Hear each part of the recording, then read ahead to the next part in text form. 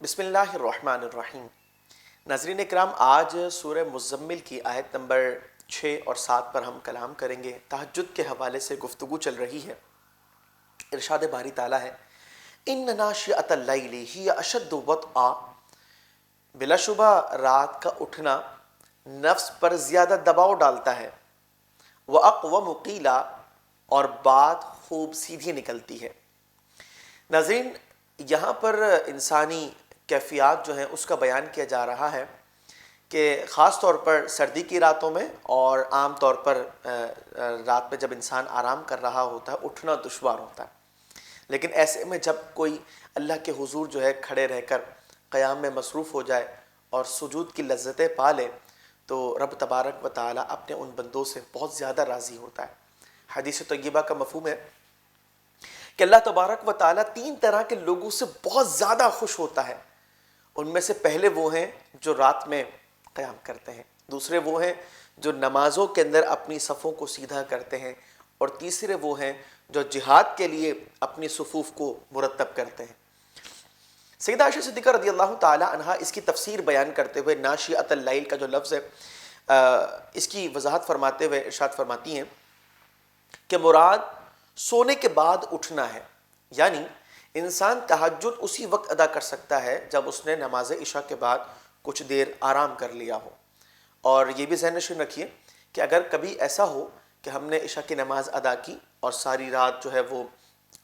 جاگ کر گزاری، اب اگر ہم نوافل ادا کریں گے تو وہ نماز تہجد کی نیت سے نہیں ہوں گے، کیونکہ اس کے لیے تو سونا شرط ہے، بلکہ وہ صلاۃ اللیل کاؤنٹ ہوگی۔ چنانچہ اگر ہم تہجد کی ادائیگی کرنا چاہتے ہوں تو کچھ دیر آرام ضروری ہے۔ اور یہ بھی بات ذہن نشین رکھیے کہ جس وقت انسان اس بوجھ کو برداشت کر لیتا ہے، یعنی جو نفس پر بوجھ ہے، اللہ تبارک و تعالیٰ کی رضا کے لیے وہ قربانی دے لیتا ہے، اور خاص طور پر جب سردی کی راتوں کے اندر وضو کرنا دشوار ہو وہ اسے بھی اختیار کر لیتا ہے، تو فرمایا کہ وَأَقْوَمُ قِيلَ، بات خوب سیدھی نکلتی ہے، اسے تلاوت قرآن کی لذتیں میسر ہو جاتی ہیں۔ ناظرین، قرآن کی تلاوت کی اپنی حلاوت ہے، اس کی ایک مٹھاس ہے،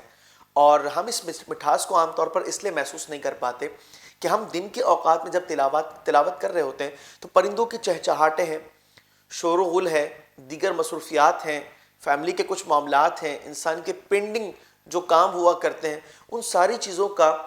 ہلکا ہلکا جو ہے وہ اثر دماغ پر ہوتا ہے، تو اتنی توجہ نہیں رہ پاتی، خیالات منتشر ہو جاتے ہیں۔ لیکن تہجد کا وہ مبارک وقت ہے جب دنیا آرام کر رہی ہوتی ہے اور انسان اپنے رب کے حضور کھڑے رہ کر اس کے کلام کی تلاوت کر رہا ہوتا ہے، تو اللہ تبارک و تعالیٰ کی خاص عنایات ہوتی ہیں، خصوصی رحمتوں کا نزول ہوتا ہے، اور انسان تلاوت قرآن کی لذتوں کو محسوس کرتا ہے، دل کے اندر نور کا اجالا ہوتا ہے، گناہوں کی کالک جو ہے وہ ختم ہوتی ہے، اور انسان اللہ کے اس پاک کلام کی تلاوت کرنے کے بعد ایک درجہ آگے بڑھتا ہے اور اس کے عمل کی طرف آتا ہے، پھر ایک اور درجہ آگے بڑھتا ہے، دوسروں کو سکھاتا ہے، اور اس طرح نور قرآن سے قلوب جو ہے وہ منور ہو جایا کرتے ہیں۔ چنانچہ ہمیں کوشش کرنی چاہیے کہ ہم بھی تہجد کی نماز کا اہتمام کریں۔ آیت نمبر 7 میں فرمایا اِنَّ لَكَ فِي النَّهَارِ سَبْحًا طَوِيلًا، بلا شبہ تمہیں دن میں تو بہت سے کام ہوا کرتے ہیں۔ رسول مکرم صلی اللہ علیہ وسلم کے کاموں کی جو لسٹ ہے اس کا تصور بھی شاید ہم نہیں کر سکتے۔ وجہ یہ ہے کہ آپ لوگوں کے درمیان فیصلے کیا کرتے تھے، آپ امت کو تعلیم شریعت اللہ کے احکامات سکھایا کرتے تھے، آپ اپنے ذاتی تقاضوں طبعی تقاضوں کے ساتھ ساتھ اپنے گھر والوں کے حقوق کو پورا کیا کرتے تھے، اور آپ ریاست مدینہ کا جو انتظام ہے وہ آپ چلایا کرتے تھے، جہاد کے حوالے سے جو امور ہیں اس کا انتظام آپ فرمایا کرتے تھے، اور لوگوں کی دکھ درد اور تکلیفوں کا مداوع آپ کیا کرتے تھے۔ ان تمام چیزوں کے باوجود آپ کا دل یاد خدا میں ہوا کرتا، اور آپ ہم وقت اللہ تبارک و تعالیٰ کے ذکر میں مشغول رہا کرتے تھے۔ اور ناظرین، اگر ہم اپنے معاملات کو دیکھیں تو اتنی کوتاہیوں کے باوجود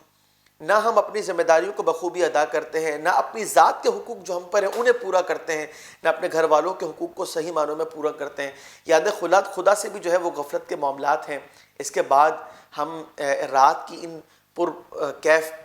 جو ساعتیں ہیں ان کو بھی غفلت میں عموماً گزار دیتے ہیں۔ لہٰذا ہمارے لیے تو درس خاص طور پر یہ ہے کہ ہمیں تو لازمی طور پر یہ چاہیے کہ ہم تہجد کے اس وقت میں قیام کا اہتمام کریں، اور اللہ تعالیٰ سے طلب کریں کہ رب کریم درجات کی بلندی عطا فرما، وہ قرب،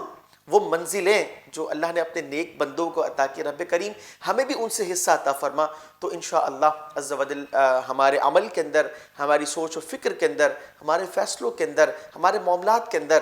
ہم جو ہے وہ بہتری محسوس کریں گے۔ رب کریم ہمیں ان مبارک ساعتوں کی قدر کرنے کی توفیق عطا فرمائے۔